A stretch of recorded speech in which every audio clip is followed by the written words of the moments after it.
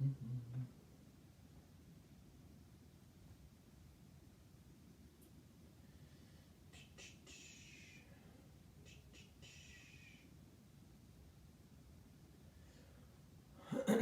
good evening, everybody.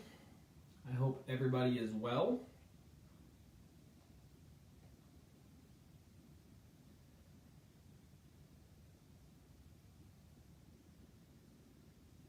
Finally came out of deep freeze a little bit today, right? Came home from work and there was actually some water dripping, some icicles dripping off the edge of my roof. So sun came out a little bit, kind of melted a little bit, so it didn't seem nearly as cold.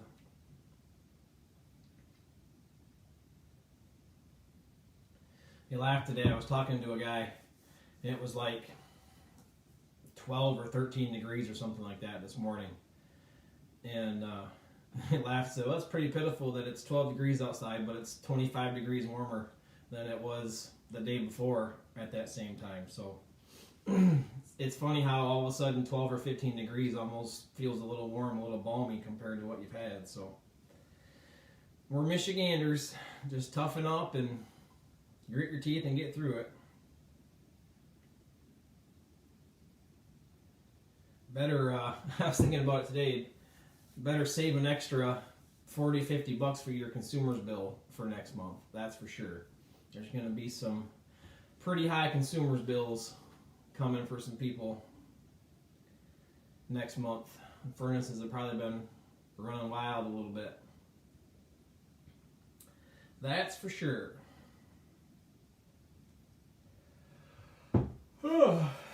I don't know too many other states other than Michigan that you can get negative 15 in February, and in July and August you can have 95 or 100 almost. So we definitely get the polar opposites of the weather. You can be negative 15 and dry as a bone, and your nose is bleeding so dry, and then 6-7 months later it's 95 degrees and 95% humidity and you're dying. So gotta love Michigan. I do love the four seasons, but it can wreak havoc on some stuff, that's for sure.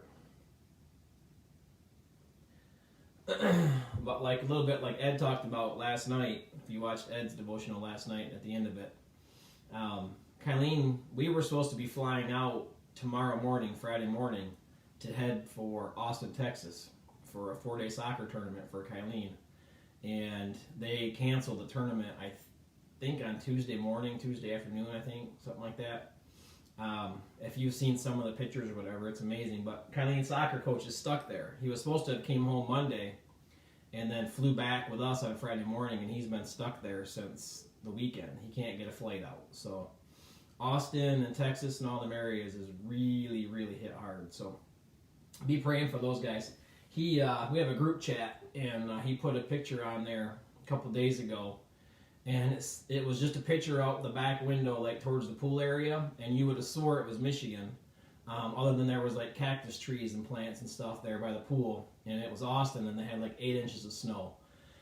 So it was pretty wild. But so thankful we didn't have to go down there, because we've had to make trips before and get all the way there and got canceled once we were there. So definitely be praying for the folks down south, Tennessee, kind of on down. They're really, really struggling. So be remembering those guys for sure. All right, let's jump into the devotional for tonight. This one kind of turns a little bit different direction than Ed's last night. Ed's devotional, Pastor Ed's devotional last night talked about heaven and a lot to do with that. He kind of focused on that. This one for tonight is very much a worldly driven devotional. Very, very much the context or the idea of, in this world kind of thing. So the title for the devotional is Tame Your Tongue. Tame Your Tongue. So we're going to be reading out of the book of James 1:26 to be specific. So it says, and this has got to be the King James, and as soon as I read it, you'll know why I say that. It says, if any man among you seem to be religious, and bridleth not his tongue, but deceiveth his own heart, this man's religion is in vain. So whenever you see the bridleth and the deceiveth, probably leads you to the King James, right? So if any man among you seem to be religious, and bridleth not his tongue, but deceiveth his own heart, this man's religion is in vain. That's James 1:26. So he goes on to say, the problems of this world could be solved overnight if men could get victory over their tongues. Boy, is that true. Suppose there was no anger, no profanity, no lying, no grumbling, no complaining. Suppose there was no dirty stories told, no unjust criticisms. What a different world this would be. I spent some time earlier trying to think of that. Especially the first part says no anger, no profanity. For basically my whole adult life, I've lived either in the construction profession world or in the shop worker profession and world. And if you know anything about either of those two worlds, you know that they're full of profanity. It's like, the old saying, cuss like a sailor. It could easily be cuss like a shop worker or cuss like a construction worker. Like, it is bad, right? And so people, when even me and Justin talk about this all the time, because he works, him and I work together quite a bit. And it's amazing that people will not even know you, like don't know me at all, don't know him at all, don't know our backgrounds, nothing. And they'll meet you and instantly they just start cussing. Like it's just part of the vocabulary. They're not cussing at you, but they're just cussing in conversation with you. And it's almost comical. I don't get offended really anymore. It's almost comical, but they just assume that because you're in the construction trade or you're a shop worker, that's how you talk, that's how you think, that's how you act. That's kind of your mindset. And so it's really strange. It's a really weird dynamic. It's almost kind of funny, but it's a really weird dynamic when the people in the shop or the people on a construction site figure out that you don't cuss and that you're a Christian and you're not, well, you shouldn't be, but you're not going to be telling stories. You're not going to get involved in the dirty stories like it talks about. You're not going to be cussing like a sailor. You're not going to be part of all of the innuendos and the gossips and all those things on the construction sites or in the shop facility. You stand out. You look different. The world is so used to, especially guys. I don't know. I mean, obviously I'm not a woman, so I don't know in women's circles if it's the same. But in guy circles, it's really, really bad. So it says, suppose there was no anger, no profanity, no lying, no grumbling or complaining. Suppose there was no dirty stories told, no unjust criticisms. What a different world this would be. So like I said, I just spent time today trying to think or trying to imagine my life, my worlds, my professional construction worlds and shop worlds and all that without any of those things. And it's sad, but you can't really imagine that. Like it's so ingrained in those situations and in those contexts that I almost can't even imagine what it would be like to have conversations amongst 4 or 5 guys in the shop or on the construction site and it not just be profanity laced and dirty stories and lying and gossiping and all those things. So he goes on to say, the Bible teaches that a man who can control his tongue can control his whole personality. We should ask ourselves these 3 questions before we speak. And I love this. I've heard this somewhere else, and I kind of have forgotten about it. But I love these 3 questions instantly kind of check you. And so if you could kind of keep these things in the front of your mind, it kind of goes along with that, be quick to hear and slow to speak. But he says, we should ask ourselves these 3 questions before we speak. Number 1, is it true? Obviously, we should not be speaking things that aren't true, whether it be just in general, or whether it be about somebody, or whether it be about a situation, or any of those things. We should never be speaking something that's not true. If it's not true, it's not helpful, right? It's destructive more times than not. Only is it not helpful, but usually it's destructive in one way, shape, or form. So number 1, is it true? Number 2, is it kind? There's a lot of things that you can say, and there's a lot of things that you just don't need to say. But there's always a way to say something and frame it, structure it sentence-wise, countenance-wise, the words you choose to use. You can still say what you need to say, but you can say it in a way that it's kind and it's loving. You know, sometimes you have to kind of rebuke people. Sometimes you kind of have to push back against people. But you can still do it in a loving and kind way. It doesn't have to be confrontational. It doesn't have to be derogatory. It doesn't have to be super directly mean. Sometimes there are situations that you have to handle, and you have to handle them. But you can still be loving and kind in those situations. You don't have to be mean and dirty about it, right? So, is it true? Always deal in the truth. Is it kind? Always deal in a loving, kindful way. A way that you would want to be dealt with if the situation was reversed, right? That's usually all I ask of anybody. If you're dealing with me, you know, if I'm dealing with you, I just always try to keep in the front of my mind. I want to try to deal with that person the way that I would hope they would deal with me if the roles were reversed. So, number 1, is it true? Number 2, is it kind? And then number 3 is the most important one for Christians. It says, does it glorify Christ? Does what I say, the way I say it, the words I choose to use, my body language, my countenance, the context of the situation, does it glorify Christ? Is it true? That will help glorify Christ. Is it kind? That will help glorify Christ. If the way we walk, the way we talk, the things that we do, if people don't see a difference between us and the world, if our actions and our talk don't differentiate us from everybody else, then there's no way that's glorifying Christ. Does that make sense? I can't walk and talk just like the other guys on the construction site, just like the other guys in the shop world, and then expect people to know that I'm a Christian and for my walk and my talk to glorify Christ. If I'm right in there in the dirty jokes, if I'm right in there in the profanity, if I'm right in there telling stories that aren't true, if I'm right in there talking and speaking to people in an unkind way, how am I glorifying Christ? If I'm not glorifying Christ, then what am I doing as a Christian? So I love those 3 things. Number 1, is it true?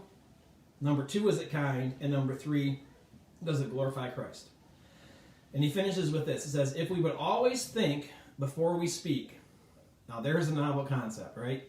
Be quick to listen, slow to speak. If we would always think before we speak, there would be much less evil speaking, and there would soon be a spiritual awakening that would sweep the church in America. So he's talking about in that last sentence, the church in America, right? He's talking about the world at large, the country at large, but he's saying there would soon be a spiritual awakening that would sweep the church in America. I think what he's getting at there is the church people acting like Christians, speaking in truth, speaking kindly, glorifying Christ. That's going to illuminate the church. It's going to illuminate people to the ways of the way the church should be, the way Christians should act. And ultimately, it's going to glorify Christ, and it's going to awaken the church. It's going to have revival in the church, right? So that would be a pretty awesome thing. There would be much less evil speaking. There would soon be a spiritual awakening that will sweep the church in America. The prayer for the day is this. It says, may I remember how important it is to keep a check on my tongue. I pray that my conversations this day will be pleasing in your sight, O Lord. Can we say that? Can I say that? Can you say that? The conversations, just think about your day today. Let's just take today in a vacuum, just today. I pray that my conversations this day will be pleasing in your sight, Lord. Did your conversations today, would they have been pleasing with the Lord? It's kind of that old saying, if your grandma was sitting there next to you, would she be proud? Would she be agreeable to the way that you acted today, the conversations you had today? As a Christian, it's the same thing with Christ. Wherever we go, Christ goes with us. Would he be proud of us in the conversations that we had today? Would we be doing a good job of glorifying him with the conversations that we had today? You know, think about yesterday. Think about today. But the good news is, even if you failed yesterday, even if you didn't do a real bang-up job today, when you wake up tomorrow, it's a new day. And you have a new chance to make a new impression on somebody and to glorify Christ tomorrow. So we have a chance to go back and think, what am I about to say? Is it true? Is it kind? And is it going to glorify Christ? If we get those things right, we're doing a good job. That's a good start.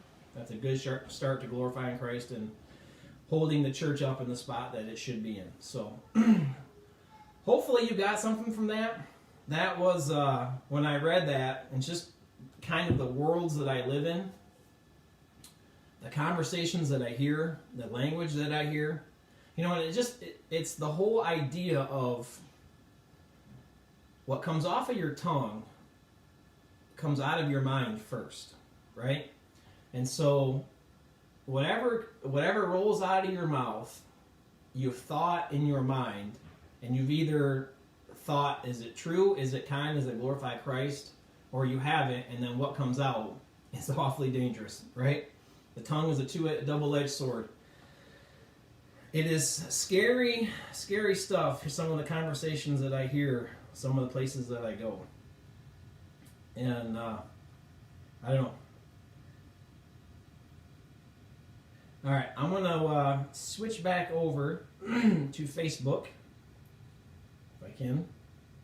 Come on, let me on there. See if there's any prayer requests.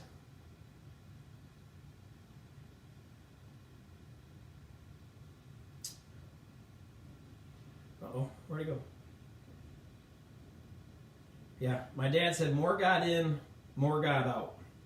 That's absolutely true. There's a Dr. Charles Stanley sermon that I heard a long time ago, and that's basically what he talked about, is what you let in your mouth is your diet, affects your body.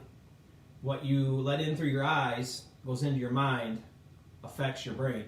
And what you allow to go in your ears obviously goes in your mind, and it affects your thought processes. And if you have garbage in, you're going to have garbage out, right? And so we talked about your diet. If you're having garbage just in, obviously you're going to put on weight, you're going to be unhealthy, your body is going to be wrecked. Same thing, same concept with your eyes and your ears. You allow garbage in, it infiltrates your mind. Garbage in equals garbage out. You're not going to have good, clean thought processes. You're not going to have good, clean concepts isn't the right word. Just a good starting point, like a good base. I've lived both of those in my life. Garbage and trying to really just take in good things, and it makes such a world of difference. It changes your countenance, it changes your mind, your mentality, and your thought processes, and it just changes the way it changes who you are. It changes the way you speak. It changes the way you deal with people. It's very, very true. So that's good stuff, Dad. More good, more God in is more God out. Plain and simple. All right. Let's see. I don't see any prayer requests on here. Earlier, I did see on Facebook Leah Jacobs. Some of you will know Leah Jacobs. Some of you won't. Leah is an elderly woman at our church. She hasn't been in a while. She has some health issues and different things, and COVID and all that stuff. But she's a sweet, sweet, dear woman. And she had put on Facebook earlier today to be praying for her sister, I believe it was, that she's on the COVID floor and she's not doing very well. So Leah has her struggles already anyways with her health and stuff. And so you could just kind of see in her post kind of her stress and her worry and stuff in that. So I'll be praying for Leah Jacobs and her family there, her sister. I think continue to pray for Alexis with his shoulder situation and all that. And then obviously keep praying for all of our brothers and sisters and family members and whoever else that we know down south, right? They are really, really struggling. Hopefully they will get some warmth coming their way, and things will start to melt and they can get some power back on. I mean, they don't have food and water, some of them, for days and days and days. So it's kind of crazy. Hopefully they'll be able to extract some really good lessons from this and be able to fix some of the stuff they got going on down there. So, all right, let's go to the Lord in prayer, and then we'll get out of here for tonight, all right? Father, I thank you for your goodness, and I thank you for your grace. God, I'm thankful that you are with us and that you are for us in all situations and circumstances. God, I just pray that you would be with us when it comes to our walk and when it comes specifically to our talk, God. I just pray that you would help us to be mindful of those 3 points that we went over in the devotional tonight, God, that it would be true, it would not be gossip, it would not be partial truths, God, that it would be truth, it would be kind, and it would be loving, and it would be God-honoring, it would be Christ-glorifying, God. If we can do those 3 things, I think we're in a great start to illuminating light in your Son in our church. God, I'm just thankful that the weather's starting to get nicer. God, I just pray that you would be with the people down south as they are struggling mightily, God. I just pray that you would give them some warmth, God, and I just pray that you would give them some peace and some comfort, that things will get back to normal. Just to be patient, keep fighting, and things will return back to normal soon. God, I pray that you would be with Leah Jacobs and her family. I believe her sister, God. I just pray that you would heal her, and that you would be glorified in that you would be with the nurses and the doctors that are dealing with her, God, that they would have some wisdom and some clarity into what to do. God, I just pray that you'd be with Alexis, with his shoulder and his arm and whatever it is. God, I just pray that you would give him some comfort and you would give him some answers soon, and that he would be on a path to getting recovered and back to normal soon, God. God, I just pray that you'd be with our church. God, I just pray that you'd be with Pastor Ed this Sunday as he delivers a message, that we would have open ears and open eyes and open hearts to what you have for us. God, I just pray that you would be with Westside as we endeavor to try to see where you're at, see where you're working in our area, and just join in with you and just try to build your church, God. I'm thankful for your Son, Jesus, and I just pray in Jesus' name, amen. All right, guys. Westside, 10:45 on Sunday morning. Hope to see you there. We'll be live in the building, 5090 West Pasadena. If you don't got no one to come sit with, you can come sit with me and my family. You are invited. You can sit right next to me, or one seat away from me if you're not comfortable sitting right next to me. Masks area for people who want to wear masks. We have an unmasked area for the people who don't want to wear a mask during the course of the service, but we do ask that you wear a mask in and out of the building, in the hallways and stuff, just to be conscious and protective of all the people. So hopefully it'll be a little warmer, and but I do know this. I know this for sure. Sunday morning at 10:45, it will be 70 degrees in the worship center. We will sing and glorify God. We will pray, and the word will be pronounced, and we will have a chance to respond. I do know all those things, lock solid truth for sure. So hope to see you there. We love you. God bless you.